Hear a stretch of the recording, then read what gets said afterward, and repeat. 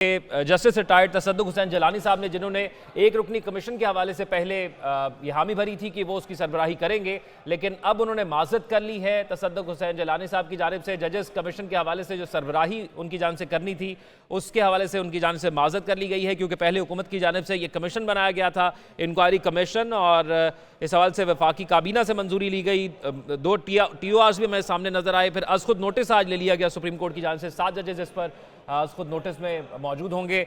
तो अब ये खबर आ रही है कि जस्टिस रिटायर्ड तसद्दुक़ हुसैन जिलानी साहब ने माज़रत कर ली है कि वो इस इंक्वायरी कमीशन की सरबराही नहीं करेंगे। एक रुकनी ये इंक्वायरी कमीशन था जिसमें उन्होंने इस तमाम तर मामले को टेकअप करना था, जिसमें 6 जजेस की जानिब से इंतहाई संगीन इल्ज़ामात लगाए गए थे, जिसका जिक्र अभी हमारे जो पैनलिस्ट हमारे साथ मौजूद थे आबिद ज़ुबैर साहब वो भी कर रहे थे। और इस मामले के हवाले से अब ये बड़ी पेशरफ़्त सामने आई है। अपने नाज़रीन को इस वक्त आगाह कर रहे हैं ताज़ा तरीन सूरत हाल के हवाले से। आबिद ज़ुबैर साहब हमारे साथ अगर मौजूद हैं तो उनसे ये जान लेते हैं कि कैसे देखते हैं जस्टिस रिटायर्ड तसद्दुक़ हुसैन जिलानी साहब ने अब माज़रत कर ली है, ये जो बेंच बना था इंक्वायरी कमीशन का, और आज खुद नोटिस भी सुप्रीम कोर्ट की जान से ले लिया गया है। कैसे देख रहे हैं आप सर? तो समझता हूँ बिल्कुल सही किया जस्टिस तसद्दुक़ हुसैन जिलानी, जो हमारे साबिक चीफ जस्टिस हैं पाकिस्तान के, बिल्कुल सही किया। क्योंकि एक खत अब कुछ 300 वकला ने लाहौर से, पंजाब से खत लिखा किया था कि जी ये कमीशन नहीं होना चाहिए, और मुझे बताया गया था कि उनके साहबजादे ने भी ये साइन किया था वो लेटर जस्टिस तसद्दुक़ जिलानी के। तो अगर उनके बेटे ने साइन किया तो बिल्कुल नहीं सुनना चाहिए, और किसी जज को, रिटायर्ड जज को नहीं बैठना चाहिए इस कमीशन पे, क्योंकि ये कमीशन जो होगा ये बिल्कुल एक चीज है। मैं समझता हूँ होना ही नहीं चाहिए था। मैं तो समझता हूँ कि वहां भी देखना होगा जो खुद नोटिस लिया है चीफ जस्टिस साहब ने, कि उसकी बेंच की भी कॉन्स्टिट्यूशन के ऊपर भी इश्यूज आएंगे अभी, मैं समझता हूँ। क्योंकि ये जो लोकल गवर्नमेंट का व्यू तो ये आ रहा है कि ये कमीशन जो बना था, ये सीनियर 2 जजेस जो थे, जनाब चीफ जस्टिस साहब और जस्टिस मंसूर अली शाह, उनकी कंसेंट से बन रहा था। तो अब उन्होंने खुद नोटिस ले लिया, तो पता नहीं उनको इस बेंच में बैठना चाहिए नहीं, ये भी एक इशू हो सकता है आगे जाके। ठीक है, हमारे साथ ही मौजूद रहेगा हसन रजा भाई साहब। आप कैसे देखते हैं, क्योंकि एक जानिब ये इंक्वायरी कमीशन बनाया गया, चीफ जस्टिस साहब की मुशावरत, क्योंकि एक मीटिंग हुई थी वज़ीर आज़म के साथ, और फिर ये वफाकी काबीना ने इसकी अप्रूवल दी, और फिर वकला की जानिब से एतराज़ आता है, और फिर आज खुद नोटिस अब ले लिया जाता है, और फिर ये सवाल उठ रहा था कि जस्टिस रिटायर्ड तसद्दुक़ हुसैन जिलानी साहब का क्या मौक़िफ़ होगा। तो अब उन्होंने भी अलहदगी का ऐलान कर दिया है। तो अब कैसे देख रहे हैं? आपके पास अब एक ही हमारे पास वे आउट है, 6 रुकनी जो 6 जजेस ने जो खत लिखा था कि आज खुद नोटिस के जरिए उसको सुना जाएगा।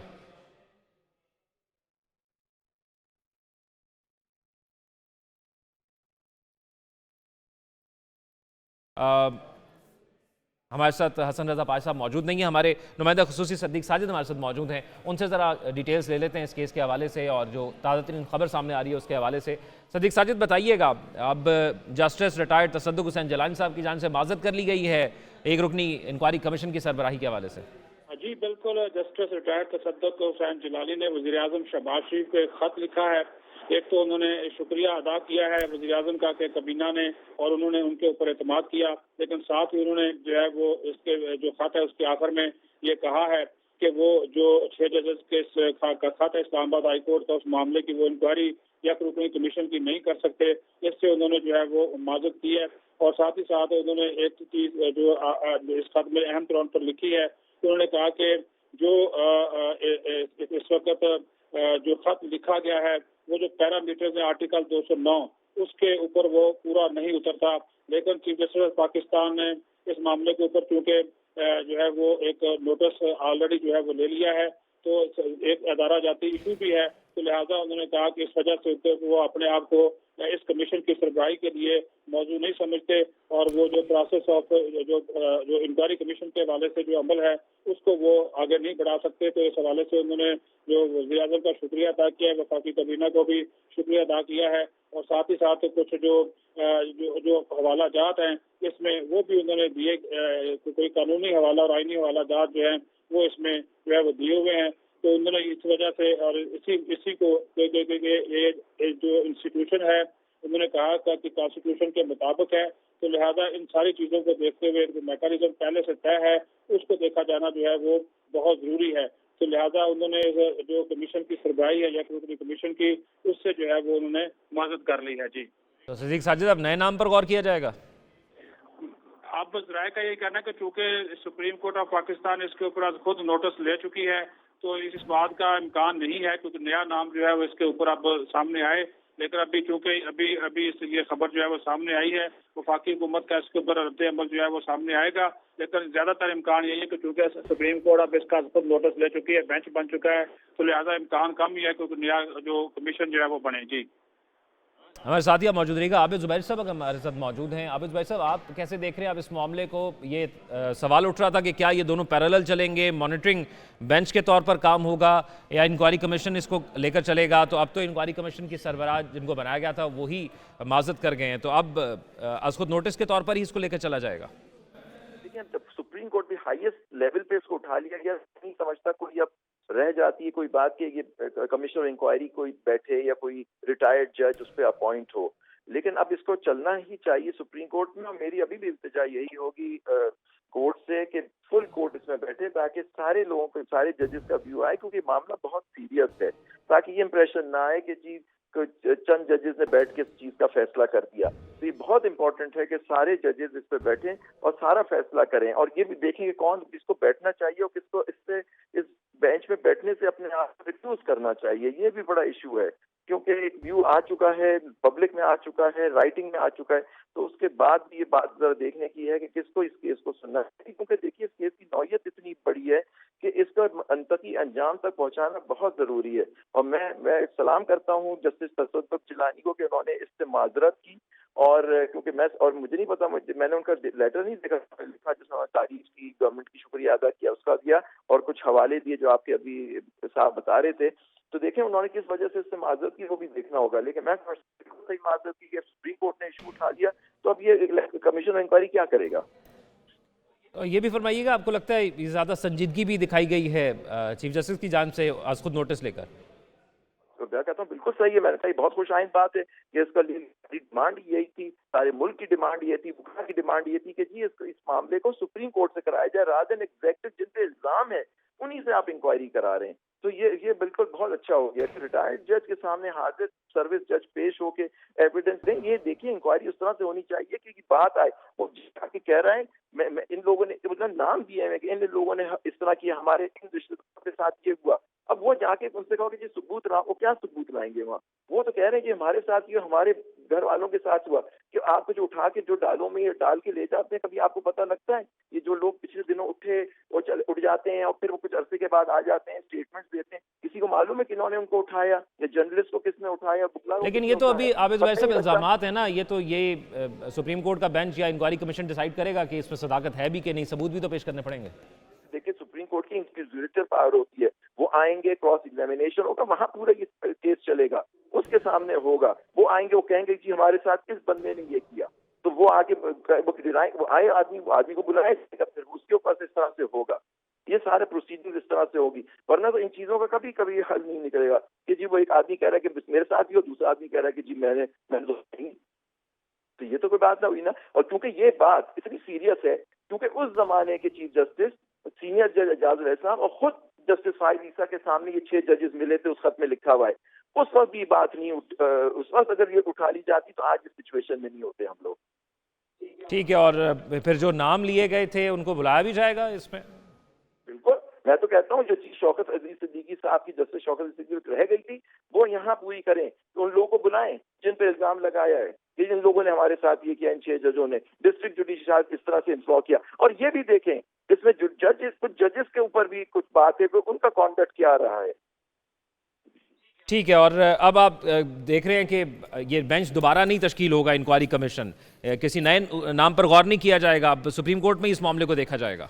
ये देखना है कि बुध को क्या होता है इस प्रोसीडिंग्स में। देखिए अभी तो हमने जो इम्प्रेशन ये आ रहा था, जिसकी वजह से काफी हमें तशवीश पाई जाती थी कि ये चीफ जस्टिस साहब और सीनियर जज साहब की मर्जी के इम्प्रेशन यही दिया जा रहा था, और प्रेस रिलीज से भी कुछ इम्प्रेशन आ रहा था, क्योंकि उनकी मीटिंग प्राइम मिनिस्टर के साथ मीटिंग के बाद ही ये तय पाया कि कमीशन ऑफ इंक्वायरी। तो अब ये सू मोटो उन्होंने ले लिया, तो वो उस दिन बुध को क्या किस तरह से प्रोसीडिंग करते हैं, वो क्या कहते हैं, तो उसको देखना होगा। क्या वो कहते हैं कमीशन चलता रहे बेकरूं, मुझे नहीं मालूम सर, ये हम देखना पड़ेगा बुध को क्या होता है। चले, हमारे साथ ही मौजूद है सदीक साजिद साहब से काम सवाल जान लेते हैं। सदीक साजिद साहब, ये बताइएगा किस किस को बुलाया गया बुध को? अटॉर्नी जनरल साहब पेश हो रहे हैं या कुछ और भी लोगों को बुलाया गया?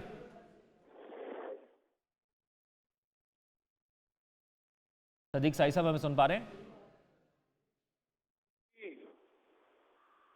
ठीक है आबिद जुबैर साहब, अब आप क्या देख रहे हैं कि बुध को अटॉर्नी जनरल साहब को बुलाकर इस केस का आगाज़ किया जाएगा? सईद साहब हमारे साथ मौजूद है। सईद साहब, आप ये फरमाइएगा कि बुध को किस किस को बुलाया गया है? जी, इसमें अटॉर्नी जनरल ऑफ पाकिस्तान को भी जो है वो नोटिस जो है वो जारी किए गए हैं और बाद में फिर फैसला होगा कि उन मुतलका जो 6 जजेस हैं उनको बुलाया जाए या ना बुलाया जाए। लेकिन ये बड़ी डेवलपमेंट है कि अब जाहिर है कि जस्टिस रिटायर्ड तसद्दुक़ हुसैन जिलानी ने जो है वो इनकार कर दिया है, माजूद कर ली है और उनका एक नुक्ता है वो बड़ा वाज़ेह है जिसकी वजह से लगता है कि अब दोबारा कमीशन नहीं बनेगा। उसमें उन्होंने एक चीज़ वाज़ेह तौर पर लिखी है जो कि अब या तो ये मामला सुप्रीम जुडिशल काउंसिल में जाएगा, लेकिन उससे भी बड़ा फोरम क्योंकि अब सुप्रीम कोर्ट ऑफ पाकिस्तान का 7 रुकनी बेंच बन गया है। क्योंकि उन्होंने लिखा हुआ है जस्टिस तसद्दुक़ हुसैन जिलानी ने, उन्होंने कहा कि जो 6 जजेस थे इन्होंने एड्रेस ही सुप्रीम जुडिशल काउंसिल को किया था, वही आईनी फोरम है जिसके सरबराह चीफ जस्टिस पाकिस्तान है और ये मामला सुप्रीम जुडिशल काउंसिल ही देखे। उन्होंने कहा कि ये नहीं हो सकता कि चीफ जस्टिस पाकिस्तान की मौजूदगी में मैं एक इंक्वायरी कमीशन जो है उसकी सरबराही करूं, ये आइन की खिलाफ वर्जी होगी क्योंकि इसमें वाज़ेह तौर पर आइन का आर्टिकल 209 उसका हवाला दिया गया है। तो उस ये भी उन्होंने एक वजह बयान की। तो अब ये लग रहा है कि जो तसद्दुक़ हुसैन जिलानी साहब ने इससे माजद की है उसकी सबसे बड़ी वजह भी यही है क्योंकि खत जो था वो सुप्रीम जुडिशल काउंसिल के नाम लिखा गया था, वो खुद भी चीफ जस्टिस जो है वो रह चुके हैं। तो उन्होंने आइन और कानून को सामने रखते हुए जो है उससे माजद की है और अब जो है वो जो सुप्रीम कोर्ट ऑफ पाकिस्तान है इस मामले को जो है वो देखेगी, जो कि आज खुद नोटिस जो है वो पहले ले चुकी है। ठीक है सदीक साहब, हमारे साथ ही आप मौजूद रहिएगा। आबिद जुबैर साहब, आप ये फरमाइएगा, जो सवालात रह गए थे आपने भी जिक्र किया शौकत अजीज़ सिद्दीकी साहब के केस के हवाले से, उनके जवाबात भी हमें इस बार मिल जाएंगे? यही होनी चाहिए। बात इतनी आगे निकल चुकी है, अगर ये पहले ही इन चीजों में सत्तेबाब हो जाता अजहर खान साहब के केस या उससे पहले जो केसेस जिसमें निशानदेही होती रही, किस तरह से एग्जीक्यूटिव और इंटेलिजेंस एजेंसीज असरअंदाज होती हैं कोर्ट के फैसलों पे, आज हम इस सिचुएशन में नहीं होते। देखिए, उन्होंने एक बड़ी अच्छी बात कही इन 6 जजों ने, कहा कि हम हर कोई जस्टिस फाइज ईसा साहब किस तरह बहादुरी के लिए नहीं होता, ये जस्टिस शौकत अजीज सिद्दीकी के साथ नहीं हो सकता कि वो 5 साल तक लड़ते रहे अपने इलीगल रिमूवल के लिए। तो ये चीजें बड़ी सही बात है। देखिए, आपको जज बनता है, देखिए अगर आपने अभी प्रोटेक्शन नहीं मिली तो आइंदा आपको अच्छे लोग जज ही नहीं मिलेंगे इस मुल्क में। कौन आएगा काम करने का उसके रिश्तेदारों के साथ इस तरह से होगा कि वो उनको उठा लिया जाए, उनको तशद्दुद का निशाना बनाया जाए, तो आपकी आजाद अलिया ही खत्म हो जाएगी क्योंकि आइंदा आपको जज भी नहीं मिलेगा। कौन बंदा बनेगा फिर आगे? तो ये बड़ा जरूरत है, सत्तेबाब होने की जरूरत है। लेकिन ये भी देखना है कि जो तसद्दुक़ जिलानी साहब ने बात की कि ये लेटर जो लिखा गया था सुप्रीम जुडिशल काउंसिल को लिखा है उसके मेंबरान को, अब ये देखना है कि ये बेंच, मैं तो समझता हूँ कि जितने लोग अवेलेबल हैं जो उनको उस बेंच का हिस्सा होना चाहिए।